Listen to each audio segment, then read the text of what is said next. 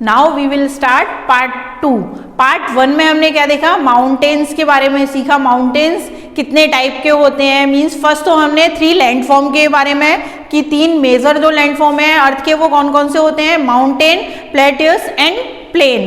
तो यहाँ पर हमने माउंटेन के बारे में रीड किया पार्ट 1 में। माउंटेन 3 टाइप्स के थे, fold mountain and second block mountain and third is volcanic mountain. अभी हम आएंगे plateaus, means second form of the landform. A plateaus is an elevated flat land. It is a flat topped table land standing above the surrounding area. A plateau may have one or more sides with steep slopes.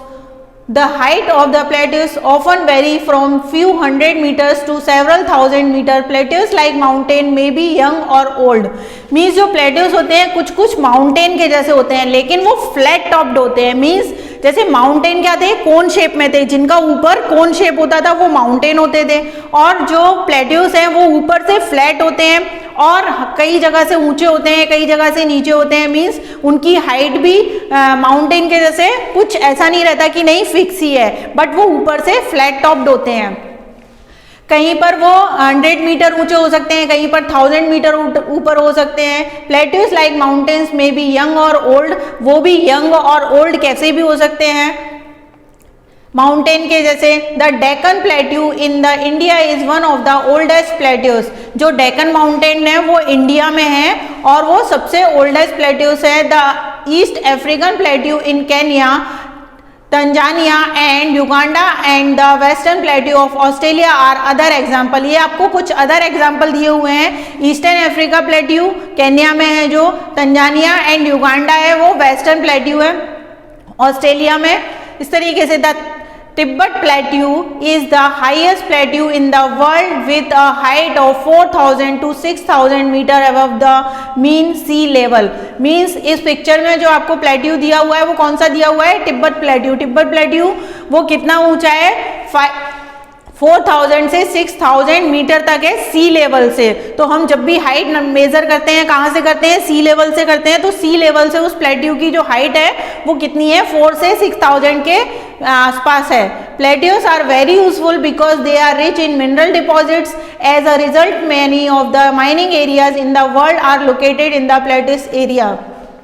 जो plateaus area है वो बहुत useful होते हैं। क्यों होते हैं, क्योंकि उसके अंदर काफ़ी सारे मिनरल्स होते हैं। मिनरल्स कौन से, मीन्स जो अर्थ के नीचे जनरली हम बोलते हैं ना कि बहुत सारे मिनरल्स निकलते हैं जब हम उनकी खुदाई करते हैं, जब हम डिगिंग करते हैं, तो वहाँ पर मिनरल डिपॉजिट होते हैं प्लेट्यूस के अंदर बहुत सारे। इसीलिए माइनिंग जब करते हैं उन एरिया की, बहुत सारे ऐसे प्लेट्यूस हैं वर्ल्ड में जिनकी माइनिंग करने पर क्या क्या निकलता है। जैसे माइनिंग में African plateau is famous for gold and diamond mining. जो अफ्रीकन प्लेट्यू है वो किसकी चीज़ के लिए फेमस है, गोल्ड और डायमंड की माइनिंग के लिए। वहाँ से जब हम माइनिंग करते हैं तो गोल्ड और क्या निकलता है, डायमंड निकलते हैं। In India huge reserve of iron, coal and manganese are found in the Chota Nagpur plateau.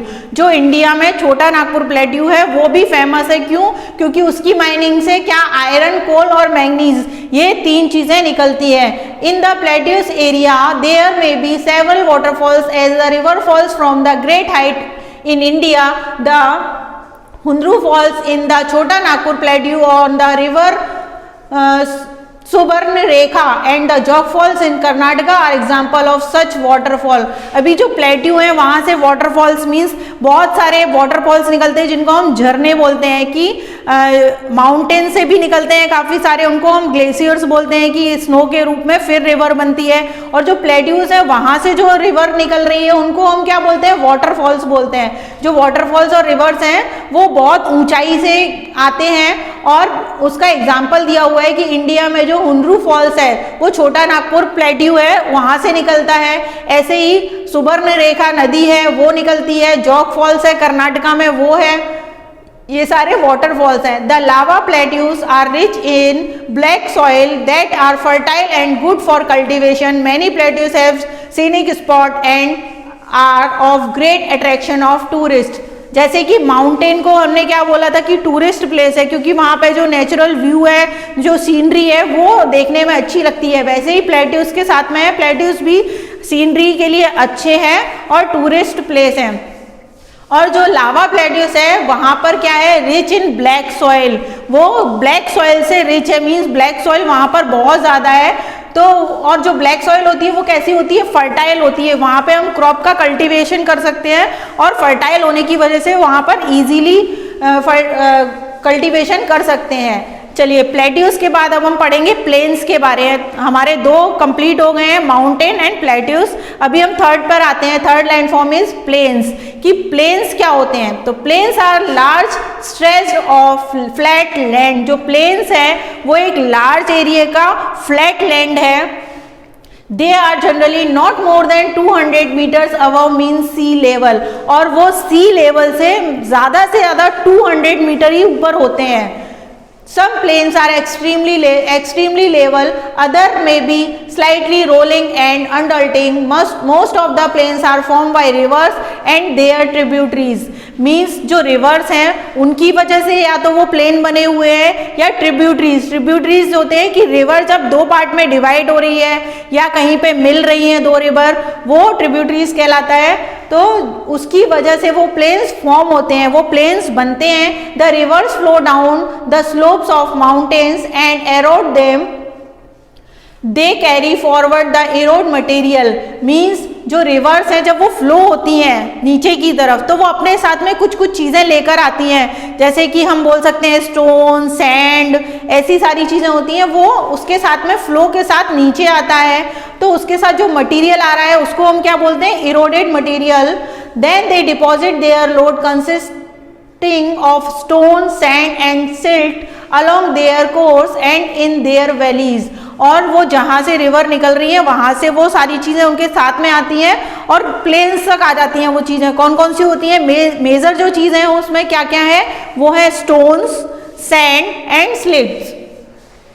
It is from these deposits that plains are formed, और ये सारी चीज़ें उस प्लेन में डिपॉजिट हो जाती है, मीन्स इकट्ठी हो जाती हैं। Generally plains are very fertile. Generally जो प्लेन्स होते हैं वो बहुत फर्टाइल होते हैं। जैसा कि मैंने आपको बताया प्लेन्स क्या होते हैं, एक सिंपल लैंड फॉर्म होते हैं। प्लेन्स मीन्स मैदान हम जिसको बोल सकते हैं हिंदी में, मैदान के रूप में। और वहाँ की जो मिट्टी होती है बहुत फर्टाइल होती है, वहाँ पे आप कल्टीवेशन कर सकते हैं, बहुत जल्दी क्रॉप कल्टीवेट हो सकते हैं। These plains are very thickly populated region of the world. और जो प्लेन्स है वो सबसे ज़्यादा पॉपुलेटेड होते हैं। जैसे कि हमने माउंटेन में देखा, माउंटेन में जो पॉपुलेशन है वो बहुत कम होती है क्योंकि वहाँ का जो क्लाइमेट है वो उसके लिए सूटेबल नहीं है कि ह्यूमन बींग्स वहाँ पे अच्छे से रह सके।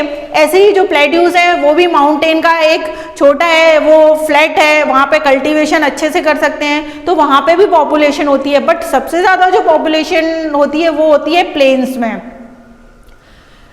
Some of the largest plains made by the rivers are found in Asia and North America। Means Asia और नॉर्थ अमेरिका है, वहाँ पर सबसे ज़्यादा लार्जेस्ट प्लेन है जो रिवर के द्वारा बनाए हुए हैं। फॉर एग्जाम्पल इन एशिया, अभी हम एग्जाम्पल देखेंगे कि एशिया में वो कौन से प्लेन है। These plains are found by the Ganga and the Brahmaputra in India and the Yangtze in China. Means India में गंगा और ब्रह्मपुत्र दो नदियां हैं जहां पर प्लेन एरिया सबसे ज्यादा है, और चाइना में यंगतेस करके है, वहां पर वो प्लेन एरिया है। Plains are most useful areas for human habitation. Human habitation means जहाँ पे ह्यूमन रह सकते हैं, अपना घर बना के रह सकते हैं, उसके लिए प्लेन सबसे मोस्ट यूजफुल एरिया है। There is great concentration of people as more flat land is available for building house as well as the cultivation। Means अगर फ्लैट लैंड है तो हम इजीली उस पर हाउस बना सकते हैं। जैसे कि आप सोच सकते हैं क्या माउंटेन पे बिल्डिंग बनाना इजी होगा या प्लेन पर बिल्डिंग बनाना इजी होगा। तो प्लेन पर रहना इजी होता है, ह्यूमन को घर बनाना इजी होता है, और वहाँ पर कल्टीवेशन करना भी इजी होता है क्योंकि इजीली उनको पानी मिल जाता है जो रिवर फॉर्म में उनके पास आ रहा है, और उनके पास फर्टिलाइजर वाली मड होती है जिसमें वो फर्टिलाइज कर सकते हैं, क्रॉप्स को कल्टीवेट कर सकते हैं। Because of fertile soil the land is highly productive for cultivation.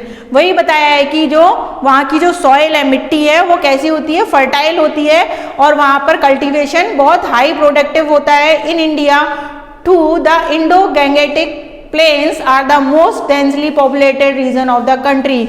Means country में सबसे ज़्यादा हाईली जो प्लेन्स है, कौन सा है वो डेंसिटी वाला, Indo Gangetic, means Indo Gangetic जो प्लेन्स है वो सबसे ज्यादा पॉपुलेटेड एरिया है। ये यहाँ पर हम देख सकते हैं, ये एक प्लेन है, प्लेन में हम यहाँ पे फार्मिंग कर सकते हैं इजीली और रह सकते हैं। तो ये एक प्लेन का आपको पिक्चर दिया हुआ है। नाउ आगे हम देखेंगे लैंडफॉर्म्स एंड द पीपल। अभी हमने जो 3 मेजर लैंडफॉर्म थे वो पढ़ा, अभी लैंडफॉर्म और पीपल का क्या कनेक्शन है उसके बारे में हम रीड करेंगे। Humans have been living on the different kind of landforms in the different way, means human है वो डिफरेंट तरीके से डिफरेंट जगह पर रहता है, डिफरेंट लैंडफॉर्म में रहता है। Life is difficult in mountain area, जो माउंटेन एरिया है वहाँ पर लाइफ डिफिकल्ट होती है। जैसा कि मैंने आपको बताया कि माउंटेन एरिया पर रहना बहुत डिफिकल्ट है क्योंकि वो बहुत ऊंचाई पर होते हैं और ऊंचाई पर ब्रीथिंग करने में प्रॉब्लम होती है। Plains provide much better condition, और जो प्लेन्स होते हैं वहाँ पर रहना इजीली होता है, मीन्स वो बेटर कंडीशन में हम वहाँ रह सकते हैं। It is easy to grow crops, build a house और a road in a plain then a mountain.